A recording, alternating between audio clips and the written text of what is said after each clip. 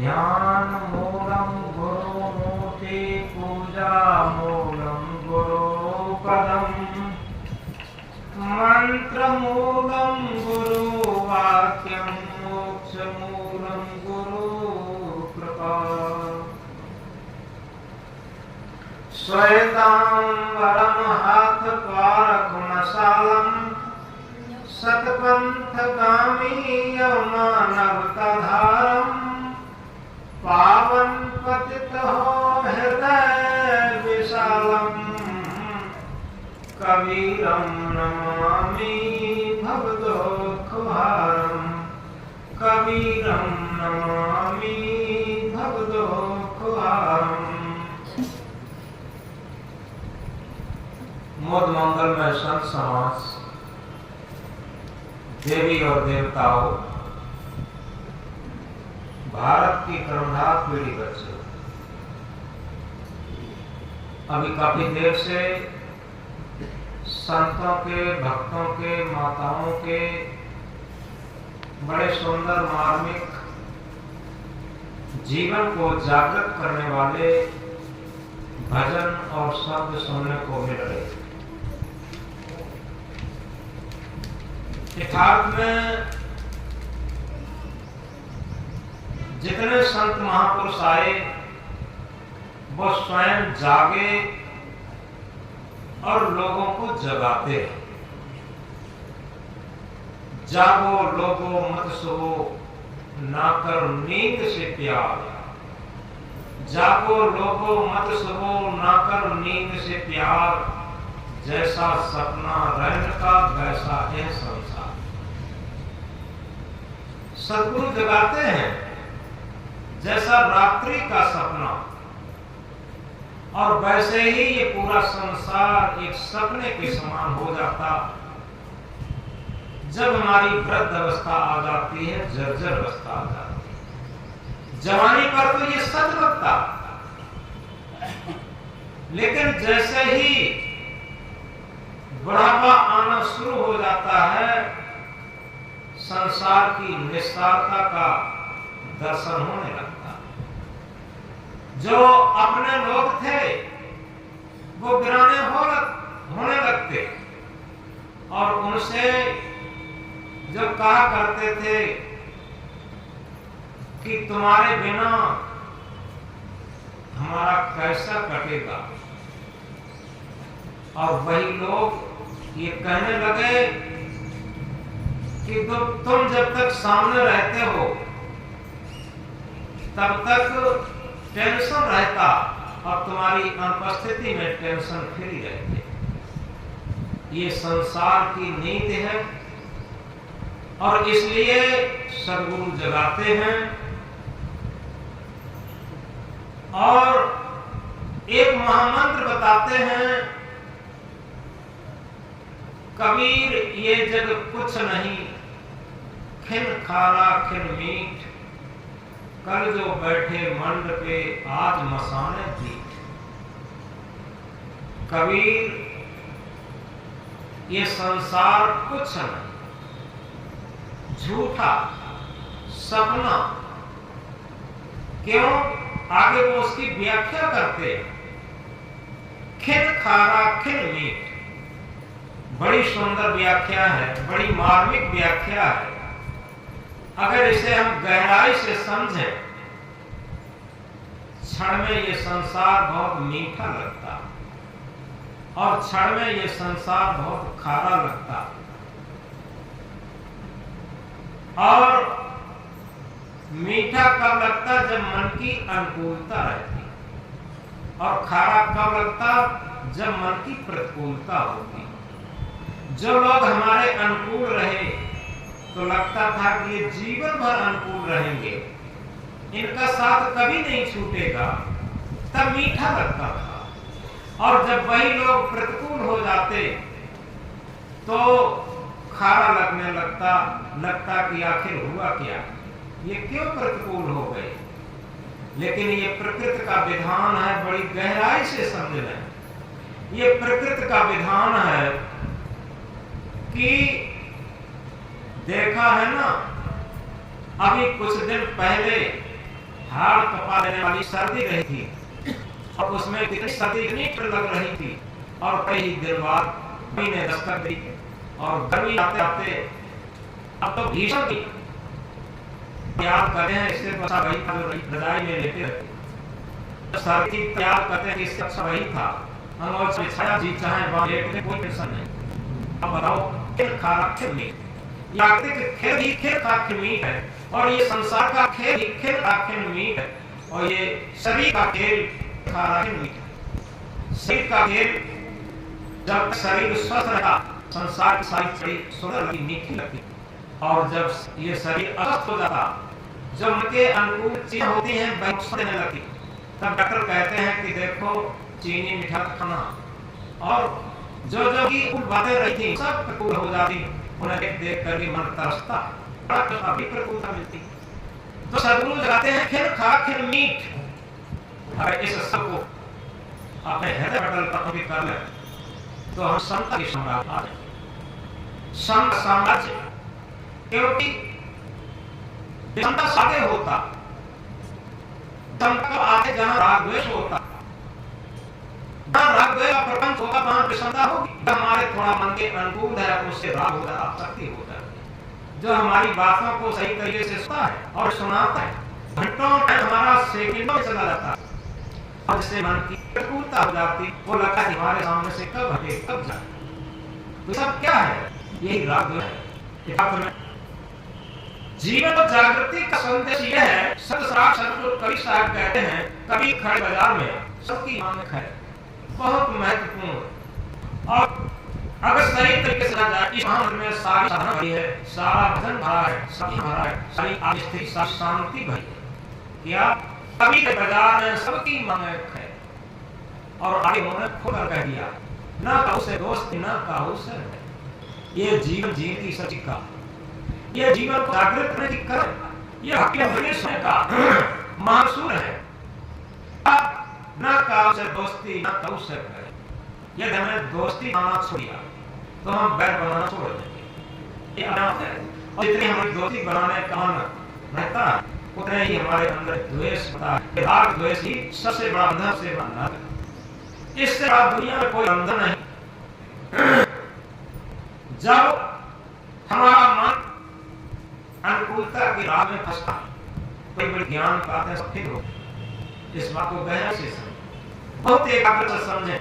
चक्कर करने से कुछ भी हाथ पल्ले नहीं पड़ता। एकाग्रता से शांत से गंभीरता से मन के, क्योंकि सत्संग के संग जितना एकाग्र होता है ये भजन और ध्यान है, ये साधना पूरे सब मन के सारे संस्कार धूमिल पड़े, हमारे पिछले को संसार है सब कुछ पड़े। इसलिए सत्संग के समय बहुत एकाग्रता की जरूरत होती है।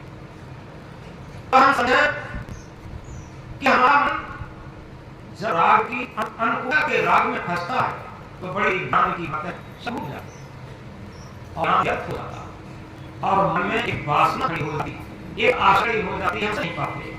वो आसक्ति को वासना हमें रात दिन लाते हैं और हमारा बुढ़ापा नरक कर देती, हमारी मृत्यु को नरक कर देती। तो जीवन का अंतिम परिणाम मृत्यु होता है, हमारा नरक हो जाता। हम उसी आसक्ति की राग में बिलबिलाते रहते, लेकिन कबीर साहब की एक साखी के महामंत्र हम भूल जाते हैं, न कहू से दोस्ती न कहू से प्यार। हम साखी है तभी मान सकते हैं जब हमें अनुकूलता का राग प्रतिकूलता का द्वेष नहीं होगा। अन्यथा वो आता है अंधा बाटा रेवड़ी और अपने पोते। दुनिया की बड़ी बीमारी और ये सारी वासनाएं तृष्णाएं सारे बंधन यहीं से शुरू होते हैं। कभी सारे महामंत्र में जगाते हैं, बहुत गहरे से सुने।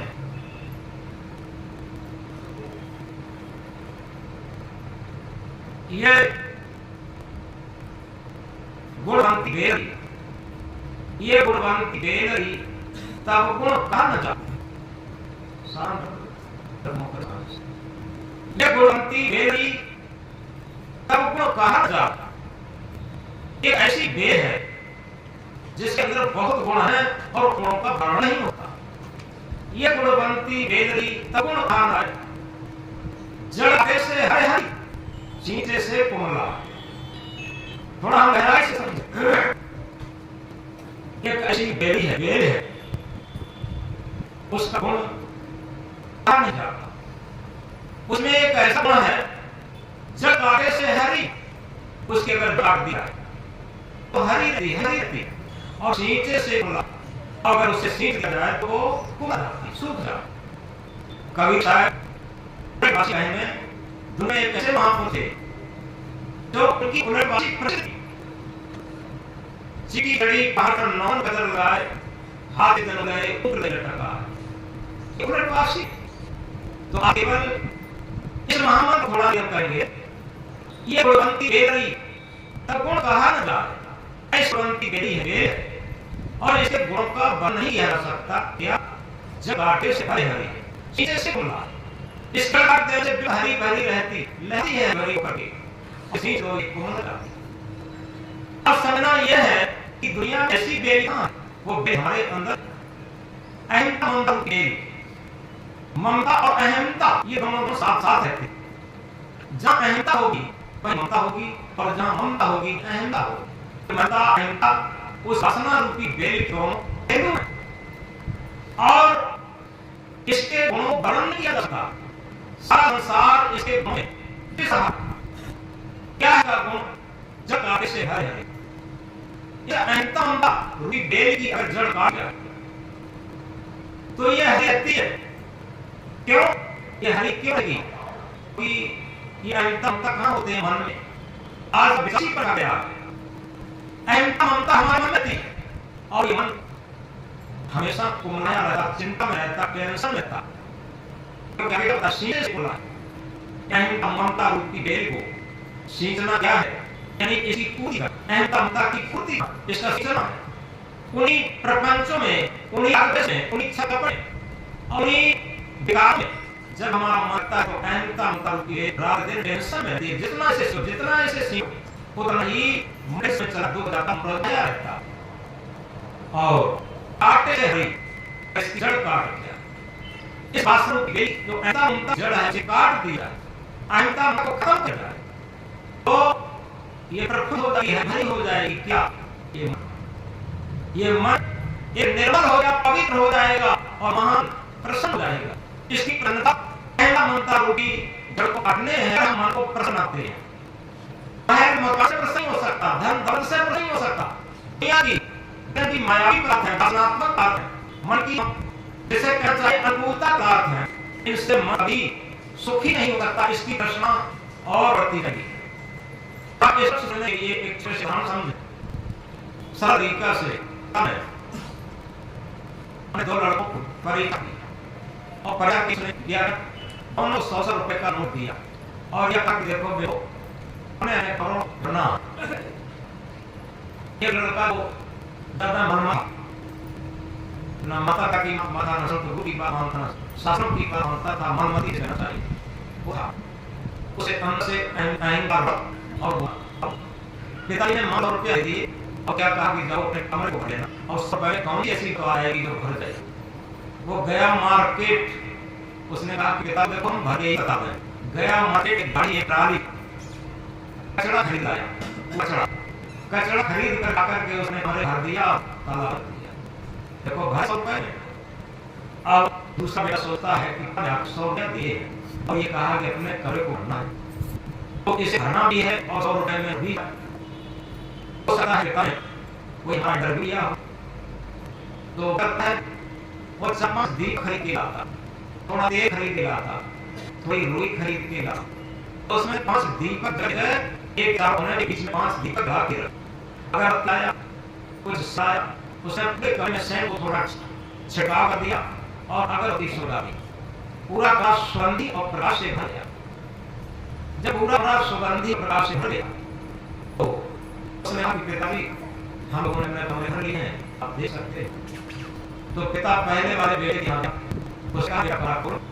उसने जैसे ही कमरा खोला तो कचरे की दुर्गंधी से पिता की नाक भरे, और सुकोटा हुआ पीछे लौटा कि ठीक है तुम्हारा कमरा भर लिया, मैंने देख लिया। अब दूसरे कमरे का बेटा खोलो, उसने जैसे ही कमरा खोला, ये एकदम सुगंध से तब ताजा भी हो गया, और प्रकाश से जगा रहा कमरा।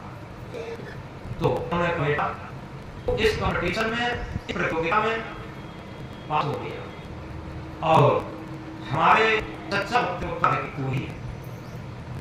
तो इसी आधार पर ये हमारे जितने मतपंथ सदा जितने भी पत्र पूजा बदी है वो सब इसी तक इसी सत्य पर थोड़ा गहराई से समझे कि हम जो हमारा सच्चा पिता है वो कौन है?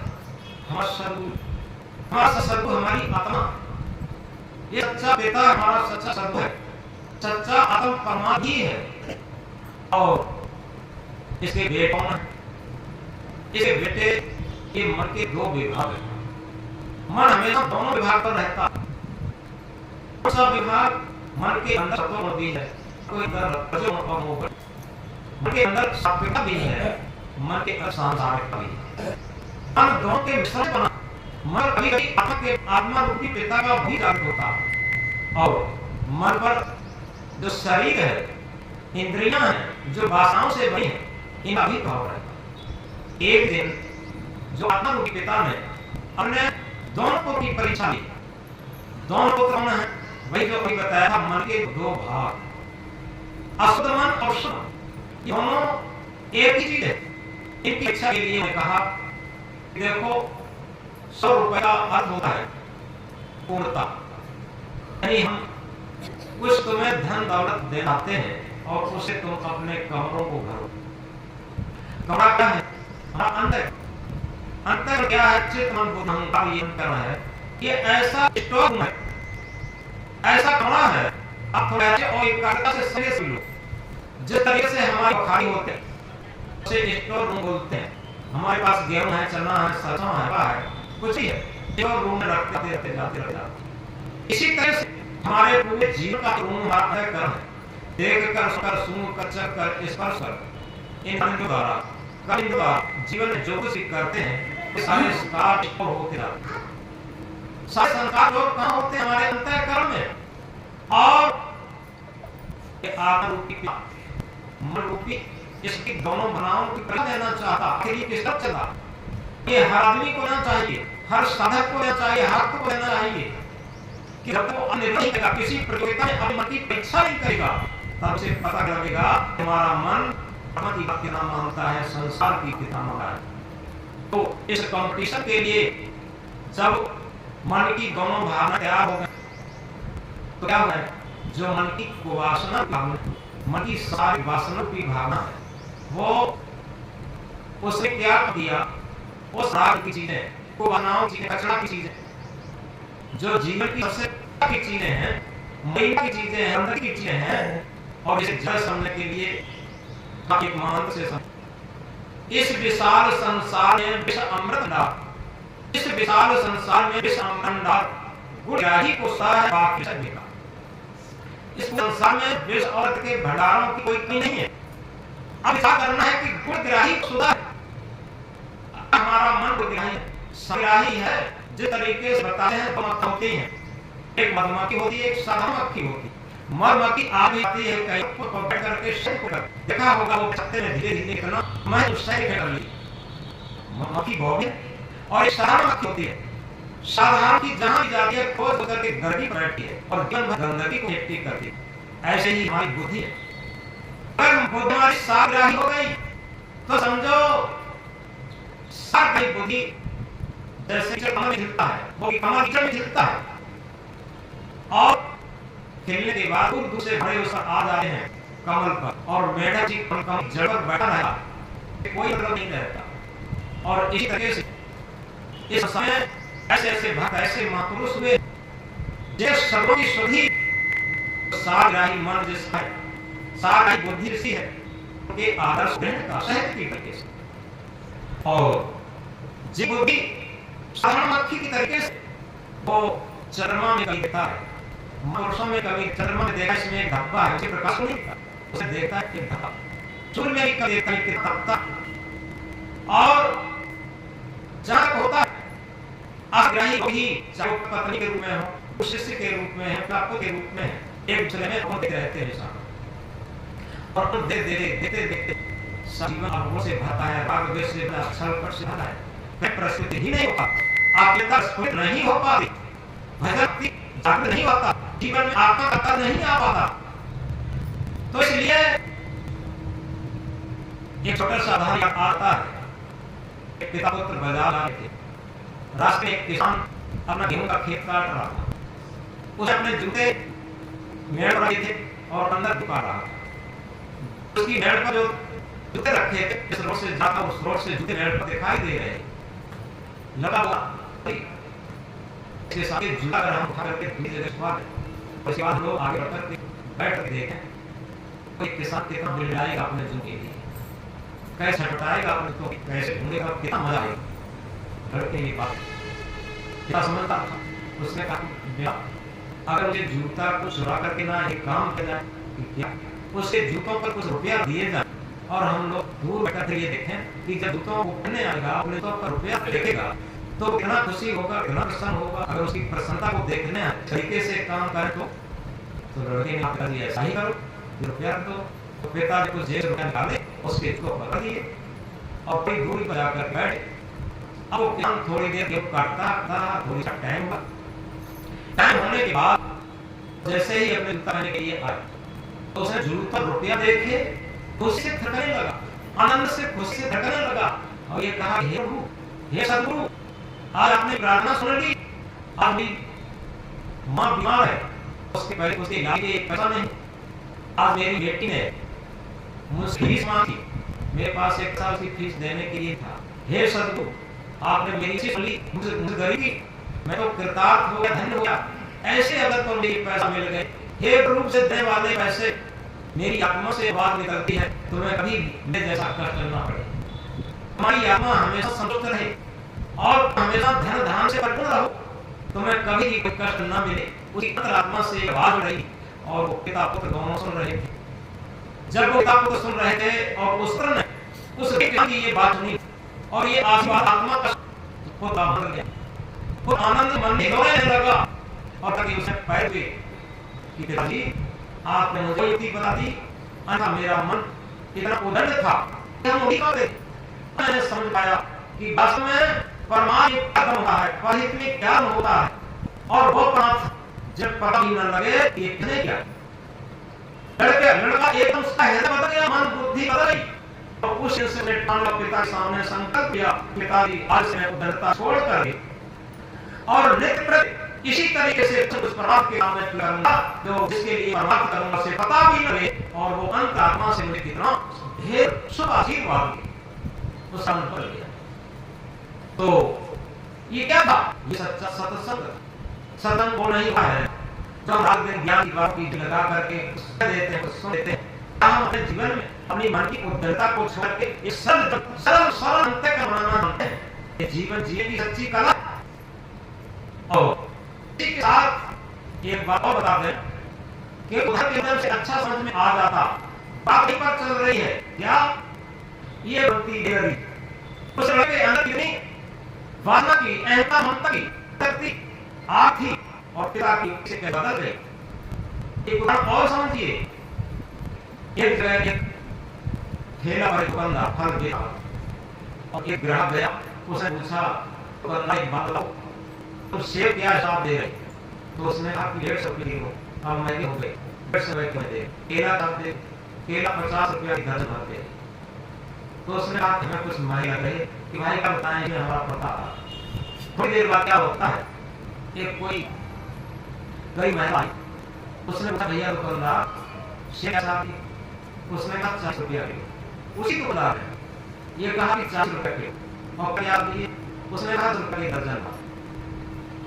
अब जो पहले वाला ग्राहक था खड़ा, अंदर से उसके आग धक्कनी लगी, या क्या बेवकूफ दुकानदार, बताओ ये 150 रुपये किलो सेब दे रहा था और उसे मात्र 40 रुपये किलो सेब और मैं 50 रुपये में दर्जन केला दे रहा था और इसे मात्र 10 रुपये में दर्जन केला दे रहा, ऐसा हिसाब कर रहा।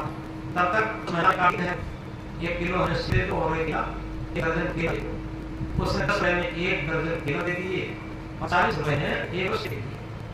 वो लेकर के जब चले गए, तब ग्राहक दुकानदार पर झपटा, उसने कहा पागल कहीं के, तू हमें इतना नहीं समझता है कि अगर हम कहे हैं और तेरा इतना ऊंचा नीचा भावनात्मक व्यवहार ये कैसे सही रहा?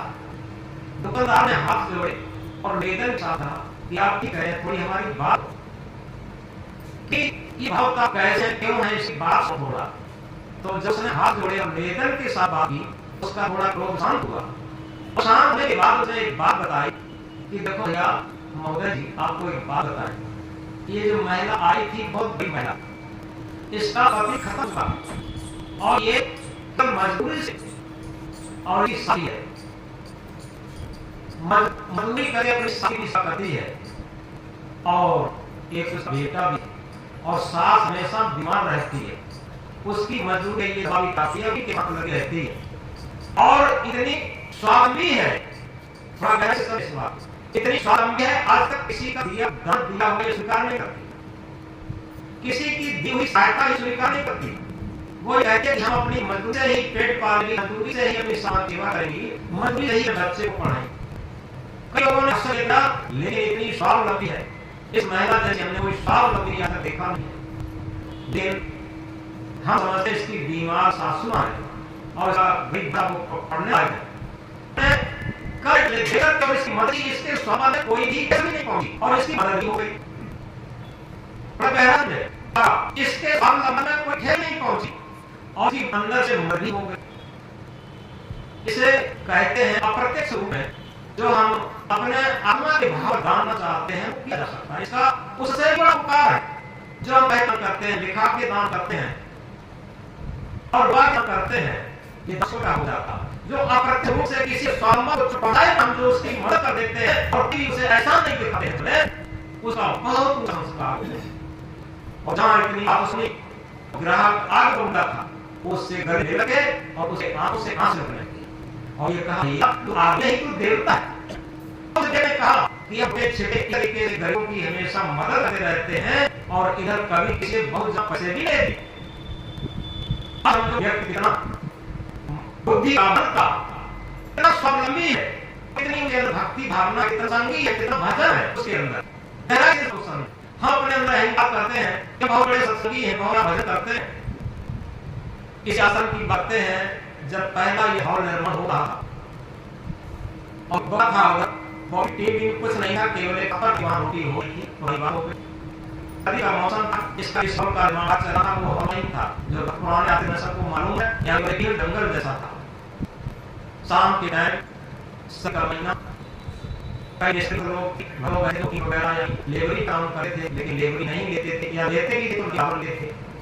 और कुछ बड़ी बुरी माएँ भी थी तो मैं रोटी पानी से लेकर के काम कर देती थी।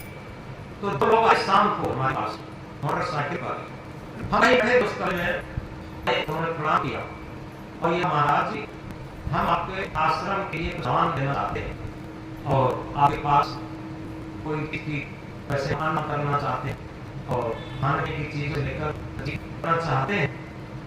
तो हमने कहा ठीक है, आपकी जो स्वेच्छा हो बताएं, हम आपसे मांगे क्या?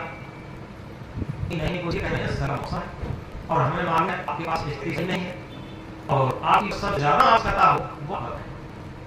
तो हमारा सबसे ज्यादा आवश्यकता वैसे पानी को ही रही है, लेकिन स्त्री लोग कहते हैं तो सब लोग रहते हैं पढ़ना और भरना कुछ पड़ जाता है, इसलिए हम लोग ये वगैरह से थोड़ा बसत कर लेते हैं।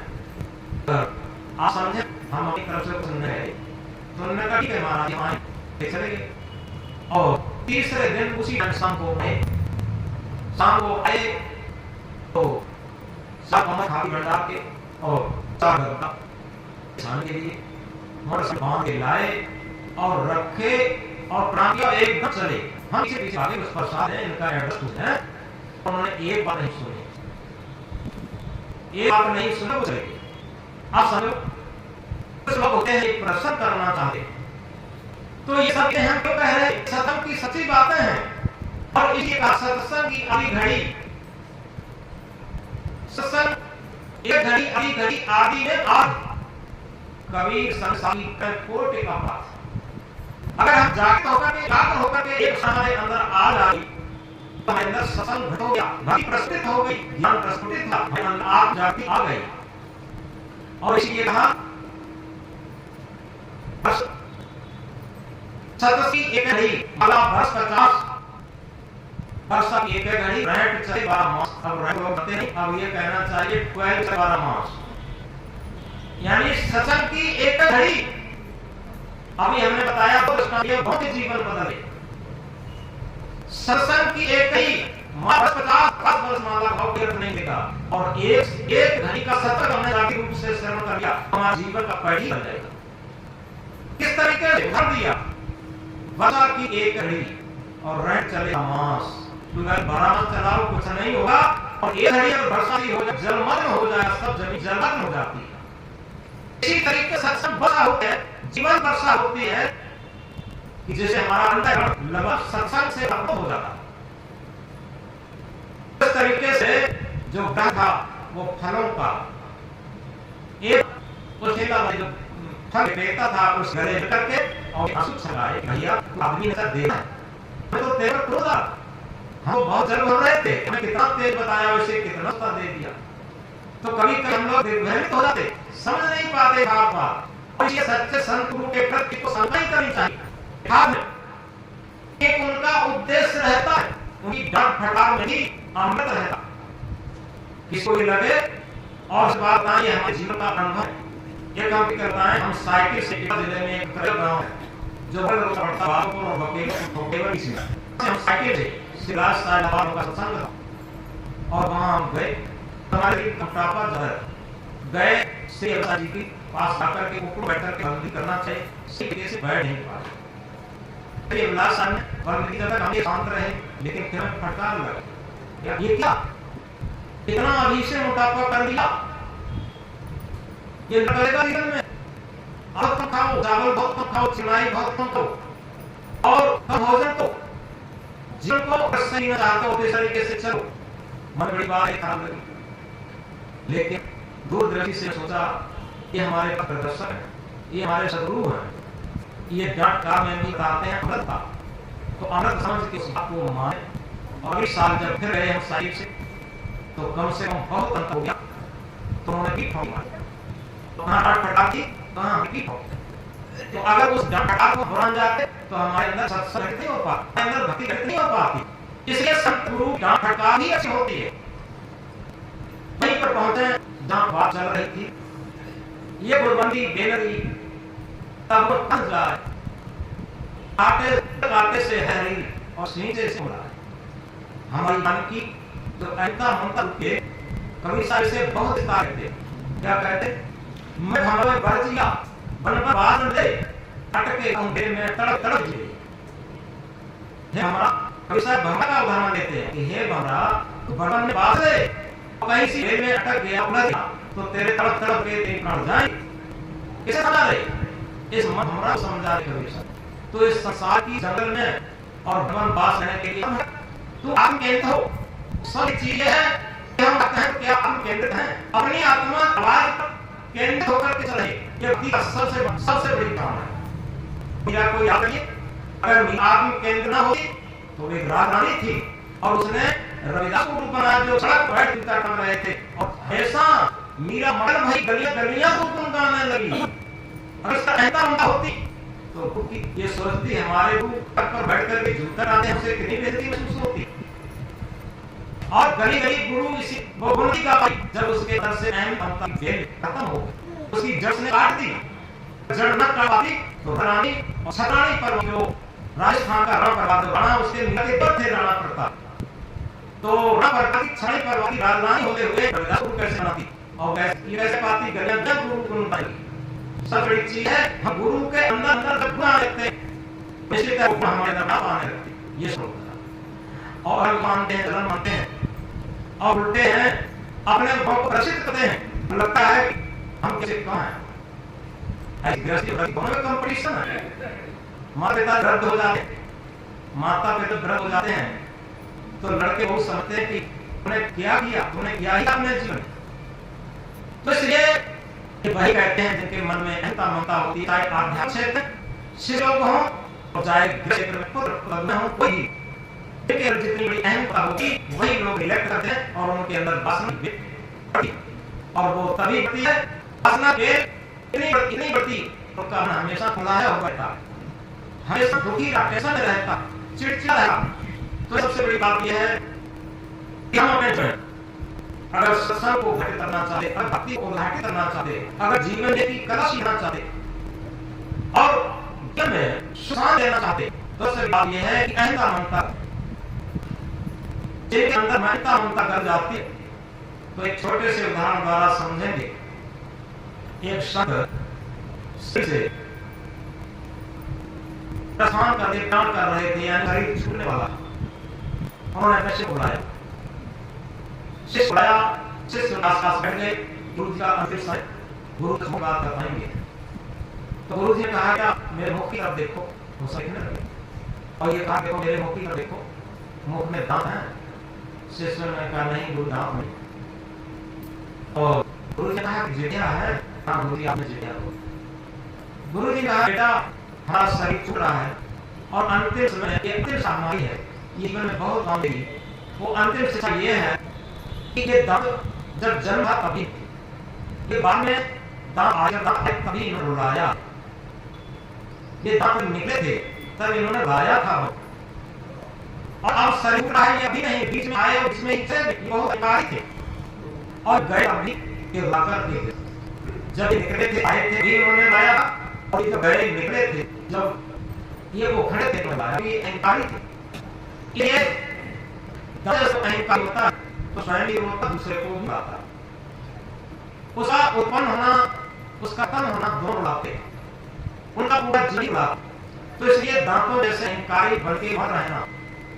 और देखो जब जन्म हुआ था तभी और आज हो रही है आज विद्या की मुलायम है कि कोमल है, कि विनम्र है।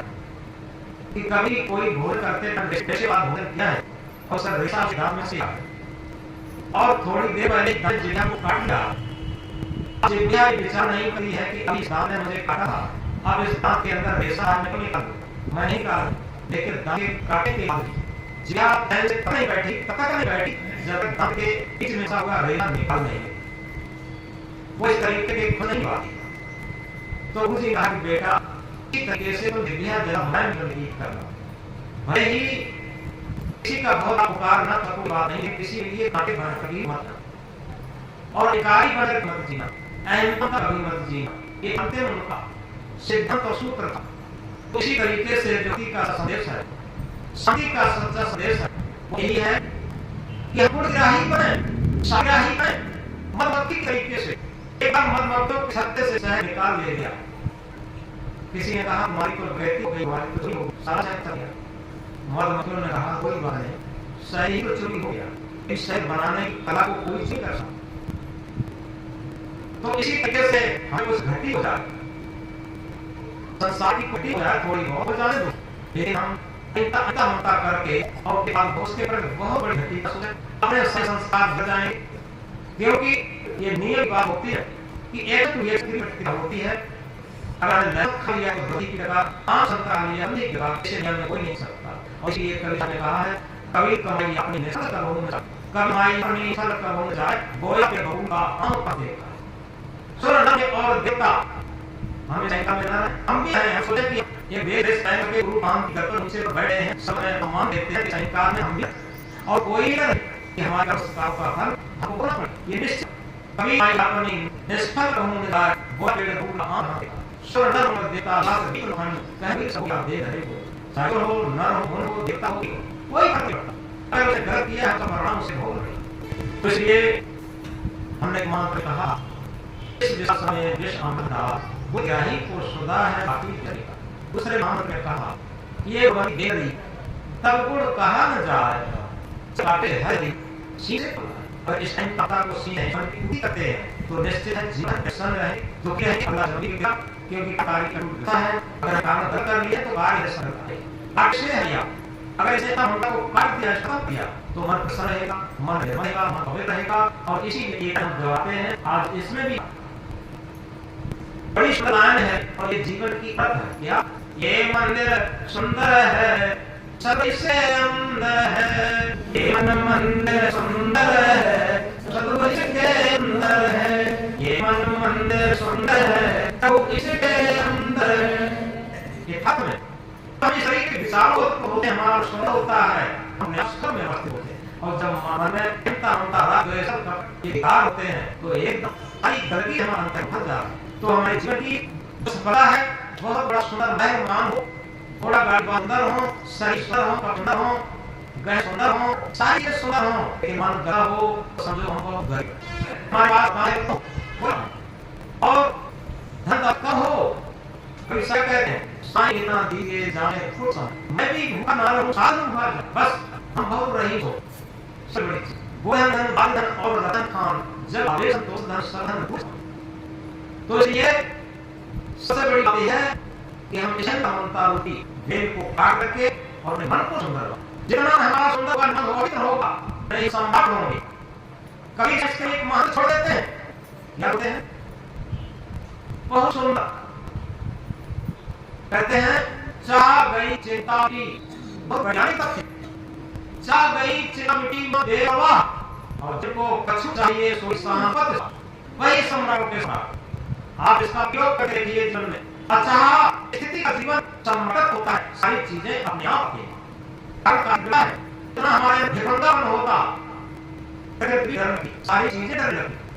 राजन चाहिए का राज ने पैदा किया, ये भिखंगा ने पैदा किया, कितना भी हो जाए वही सबका रह जाता।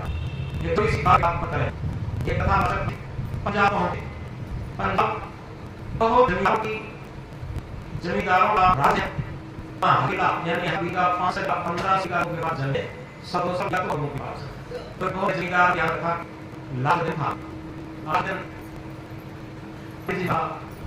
कि जमींदार साहब आज दक्षिण में देख चढ़ा था लक्ष्यों को समझ में चढ़ा। जमींदार ने कहा आप भाई जो बनना